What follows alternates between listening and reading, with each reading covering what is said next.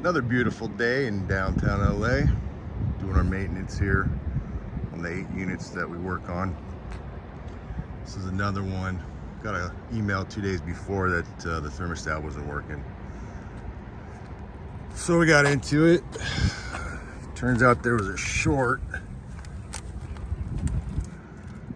I taped it up, but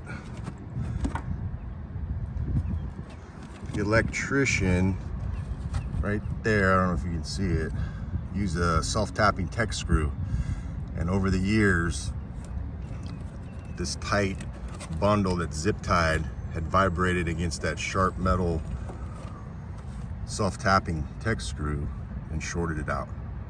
Took about 8 years, but that was the cause of that. Pressures are good. We're gonna close her up.